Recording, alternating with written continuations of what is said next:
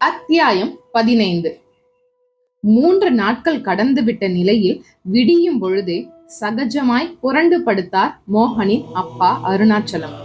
எப்பொழுதும் போல எழுந்து பரபரவென்று கைகளை தேய்த்து கொண்டு தன் இரு கைகளையும் தன் கண்ணார பார்த்து மகிழ்ந்தார். அப்போது கூட அவருக்கு தன் வாதம் முற்றாக குணமாகி தான் பழைய அருணாச்சலமாகிவிட்டதே தெரியவில்லை. யதார்த்தமாக கையில் பேப்பருடன் வந்த மோகன்தான் அவரை பார்த்து ஆச்சரியப்பட்டு போனான். அப்பா, நீங்க இப்ப பழைய மாதிரியே எழுந்து உட்கார்ந்துட்டு இருக்கீங்க என்று உற்சாகமாக கூவினான். அப்பொழுதுதான் அவரும் தன்னை உணர்ந்தார். மேலிருந்து கீழும் கீழிருந்து மேலுமாய் கையையும் காலையும் அசைத்து பார்த்தவர் கண்களை அகல விரித்து மோகனை பார்த்தார். முகத்தில் பிரகாசம் சுடர்விட்டது. அப்பா, அந்த கண்ணன் கொடுத்த சித்த மருந்து எப்படிப்பட்டதுன்னு இப்பதான்ப்பா எனக்கும் தெரியுது. ஆமா மோகன், அவர் அசாதாரணமான ஆள்தான். நிச்சயமாக உன் வருங்கால மனைவியான அந்த வித்யாவோட காக்கா வலிப்பும் குணமாகி இருக்கும், எனக்கு சந்தேகமே இல்லை. அப்பா, இது சந்தோஷமா சத்தம் போட்டு சித்தி காதுல விழற மாதிரி சொல்லுங்க, சித்தியை கூப்பிடுங்க. அவரும் உற்சாகமாக சகுந்தலா என்று பதில் குரல் கொடுத்தார். அப்படி அதட்டலாக அவர் கூப்பிட்டு பல வருடங்கள் ஓடிவிட்டது. எப்பொழுதும் 2ஆம் தாரம் என்று ஒருத்தி வந்தாலே அவள் கை ஓங்கி இருப்பதுதான் எங்கேயும் உள்ள ஒரு விஷயமாக உள்ளது. ஒரு ஆணும் தனக்கு 2ஆவதாக கிடைத்த பெண்ணின் ஆதரவும் தன்னை விட்டு போய்விடக் கூடாது என்கின்ற பயத்தில் அவர்கள் எதை சொன்னாலும் கேட்பது என்று மாறிவிடுகின்றான்.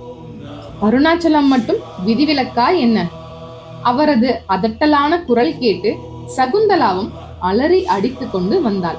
கம்பீரமாக ஊர் எல்லையில் நிற்கும் ஐயனார் சிலை போல அருணாச்சலம் நிற்பதை பார்த்து ஆச்சரியப்பட்டாள். பாத்தியா சகுந்தலா, எனக்கு பூரணமா குணமாயிடுச்சு என்று ஒரு கும்ஃபு வீரனை போல கைகளை இப்படியும் அப்படியும் உதறி காட்டினார். என்ன சித்தி பாக்குறீங்க? அந்த சித்த வைத்தியர் கண்ணன் சொன்னபடியே செய்து காட்டிட்டாரு. அப்பாவுக்கு பூரணமா குணமாயிடுச்சு பாருங்க என்றார் மோகனும். அப்போது அவனுக்கு அவன் மாமன் ராமச்சந்திரன் நினைப்பும் அவர் வர்ம அடிபட்டு கை கால் இழுத்து கொண்டு கிடப்பதும் தான் நினைவுக்கு வந்தது.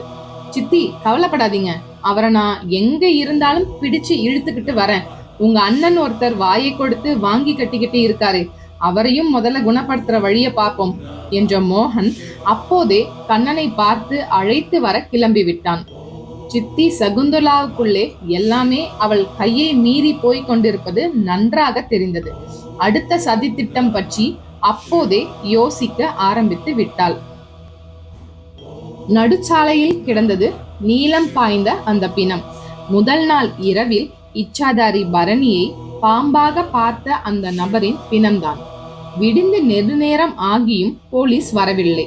ஜனக்கூட்டம் மட்டும் நாங்கள் வேடிக்கை பார்ப்பதற்காகவே ஜென்மம் எடுத்தவர்கள் என்பது போல் பார்த்து கொண்டு நின்று கொண்டிருந்தனர். மொத்த உடம்பும் அப்படி ஒரு நீளம். ஆளையே அடையாளம் காண முடியவில்லை. ஒரு வழியாக 2 போலீஸ்காரர்கள் சைக்கிளில் வந்து சேர்ந்தனர். சைக்கிளை ஓரம் கட்டிவிட்டு பெரிய வீர சூரர்கள் போல எல்லோரும் ஒதுங்குங்கப்பா ஒதுங்குங்கப்பா என்று சப்தமிட்டனர். நீளம் பாரித்த உடம்பை பார்த்து முகம் சுளித்தனர். ஏழுமலை, என்னையா இது? விஷத்தை குடிச்சிட்டு தற்கொலை பண்ணிட்டு இருப்பானோ? அடா போப்பா, நீ ஒண்ணு. தற்கொலை பண்ணிக்கிறவன் எதுக்கு நடுத்தருக்கு வரணும்? அதுவும் சரிதான், ரொம்ப பெக்குலியரா தெரியுதே. முணுமுணுப்போடு கணுக்காலை பார்த்தபோது இச்சாதாரியின் பல்பட்ட தடயங்கள். ஏலை, இங்க பாரு, பாம்பு கடிச்ச மாதிரி இல்ல? பாம்பா? எங்க? கால் கிட்ட பாரு. அட ஆமா, பாம்பேதான். ஆனா இப்படி ஒரு ரோட்ல பாம்பு எங்க இருந்து வந்திருக்கோம்? சான்ஸே இல்லையே. நான் என்ன நினைக்கிறேன்னா, அது எங்கேயாவது இருந்து கடிச்சிருக்கோம். கடிப்பட்ட இவன் அங்க இருந்து டாக்டர் கிட்ட போக முயற்சி பண்ணி இவ்வளவு தூரம் வந்திருப்பான். ஆனா வழியிலே விஷம் தலைக்கு ஏறி சுருண்டு விழுந்து செத்துட்டான்னு எனக்கு தோணுது. அவர்கள் இருவரும் அங்கேயே ஆராய்ந்து அலச தொடங்கி விட்டனர். நல்ல வேளையாக அந்த பக்கமாக ஜீப்பில் போய்கொண்டிருந்த எஸ்ஐ செல்வராஜ் ஜீப்பை ஓரங்கட்டி விட்டு வந்து எட்டி பார்த்தார். 2 கான்ஸ்டபிள் போலீஸும் அவரை பார்த்து சல்யூட் அடித்தனர்.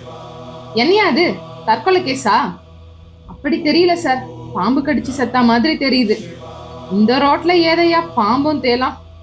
கால்ல பாம்பு கடிச்ச தடையும் இருக்கு சார். அதோட உடம்பும் நீளம் பாரிச்சு கிடக்கு பாருங்க. சரி சரி, நீங்களே போஸ்ட்மார்ட்டத்தை இங்கேயே பண்ணிடாதுங்க. ஆம்புலன்ஸ்க்கு சொல்லிட்டீங்களா? இல்ல சார், இனிமேதான் சொல்லணும். முதல்ல சொல்லுங்க. ரொம்ப நேரமா உடம்பு கிடக்கத்தாட்டம் இருக்கு. காதுக்குள்ள எறும்புங்க போயிட்டு இருக்கு பாருங்க. செல்வராஜ் அவர்களை முடுக்கி விட்டுவிட்டு வேகமாக ஜீப்பில் ஏறிக்கொண்டார். ஒரு அசாதாரணமான மரணத்தை எப்பொழுதும் போலீஸ் முதலில் சாதாரணமாக தானே கருதும். கண்ணன் வீடு. கனகவல்லி அன்றைய சித்த வழிபாட்டில் மூழ்கியிருந்தாள். பூஜை அறையில் 18 அகல் விளக்குகள், 18 அகல் விளக்கும் 18 சித்தர் பெருமக்கள். குளித்து முடித்துவிட்டு ஆடை மாற்றிக்கொண்டு வந்திருந்த கண்ணன் வடிவத்தில் உள்ள சுந்தர்ராஜன் கனகவல்லியின் பக்தி மிகுந்த அந்த பூஜையை பார்த்து நெகிழ்ந்து கொண்டிருந்தார். அவளது பக்திக்கு பரிசாக தான் சித்தர்கள் சொர்ண சித்தர் தலைமையில் தன்னையே அனுப்பி இருப்பதும் அப்போது அவருக்கும் புரிந்தது. ஆனால் எவ்வளவு நாளைக்கு இந்த நாடகம்? சுந்தரராஜன் மனதுக்குள் அர்த்தமுள்ள அந்த கேள்வியின் தாக்கம் அவரை என்னவோ செய்தது. இந்த உலகம் எவ்வளவோ அதிசயங்களை பார்த்திருக்கிறது. ஆனால் வேறு ஒருவர் உடம்புக்குள் இன்னொருவரின் ஆத்மா புகுந்து கொண்டு வந்து உடம்புக்காக ஒரு குடும்பத்தையும் ஆத்மாவுக்காக இன்னொரு குடும்பத்தையும் வழிபடுத்தும் ஒரு அதிசயத்தை அது பார்த்திருக்க வாய்ப்பே இல்லை. அதை நினைக்கும் பொழுது சுந்தரராஜனுக்குள் ஒரு நெகிழ்ச்சி கலந்த பரவசம் ஏற்பட்டது. பல பல வருடங்களுக்கு பிறகு நகர சஞ்சாரத்துக்குள் வந்தும் தன் குடும்பத்துடன் சேர முடியாத அவஸ்தையும் அவரை கொஞ்சம் போல வருத்தியது. அந்த நேரம் பார்த்து அப்பா ராகவன் வந்தார். என்ன கண்ணா, அம்மா பூஜை பண்றது என்னமோ புதுசா பாக்குற மாதிரி பாக்குறியே என்று ஆரம்பித்தார். என் வரையில புதுசுதானே என்று கேட்க நினைத்த கண்ணனும் அடக்கி கொண்டு, அம்மாவோட இந்த பக்தி தான்ப்பா அந்த காட்டுல என்னை மீட்டு உங்க முன்னால நிறுத்தி இருக்கு என்றான். அதுல என்ன சந்தேகம்? இந்த உலகத்துல ஒவ்வொருத்தர் வாழ்க்கைக்கு பின்னாலையும் ஒரு காரணம் இருக்கு. உங்க அம்மா பின்னால பக்தின்ற ஒரு காரணம் இருக்கு. அவ பிறந்திருக்கிறதே பக்தி செலுத்ததான். ஆனா அவ செலுத்துற இந்த பக்திக்கு கடவுள் அவளை இன்னும் சந்தோஷமா வச்சிருக்கலாம் என்று ராகவன் வருத்தத்தை சற்று வெளிக்காட்டினார். அம்மா சந்தோஷமா தான் இருக்காங்க, இன்னும் கூட சந்தோஷமா இருக்க போறாங்க. அது என்னவோ வாஸ்தவம் தான். உனக்கு கல்யாணமாகி ஒரு மருமக வீட்டுக்கு வந்துட்டா அவ இன்னும் சந்தோஷப்படுவாளோ என்னவோ. ராகவன் கல்யாணம் என்று சொன்ன விஷயம் கண்ணனுக்குள் ஒரு ஊசி முள்ளாய் ஏறியது. கல்யாணமா? எனக்கா என்று கேட்டவன், கடவுளே, இந்த சிக்கலை எப்படி சமாளிக்க போறேன் என்று தெரியவில்லையே என்று உள்ளுக்குள்ளே சொல்லிக் கொண்டான். கனகவல்லியும் பூஜை முடித்து கற்பூரத்தட்டுடன் வந்தாள். இருவரும் கண்களில் ஒற்றிக்கொண்டனர்.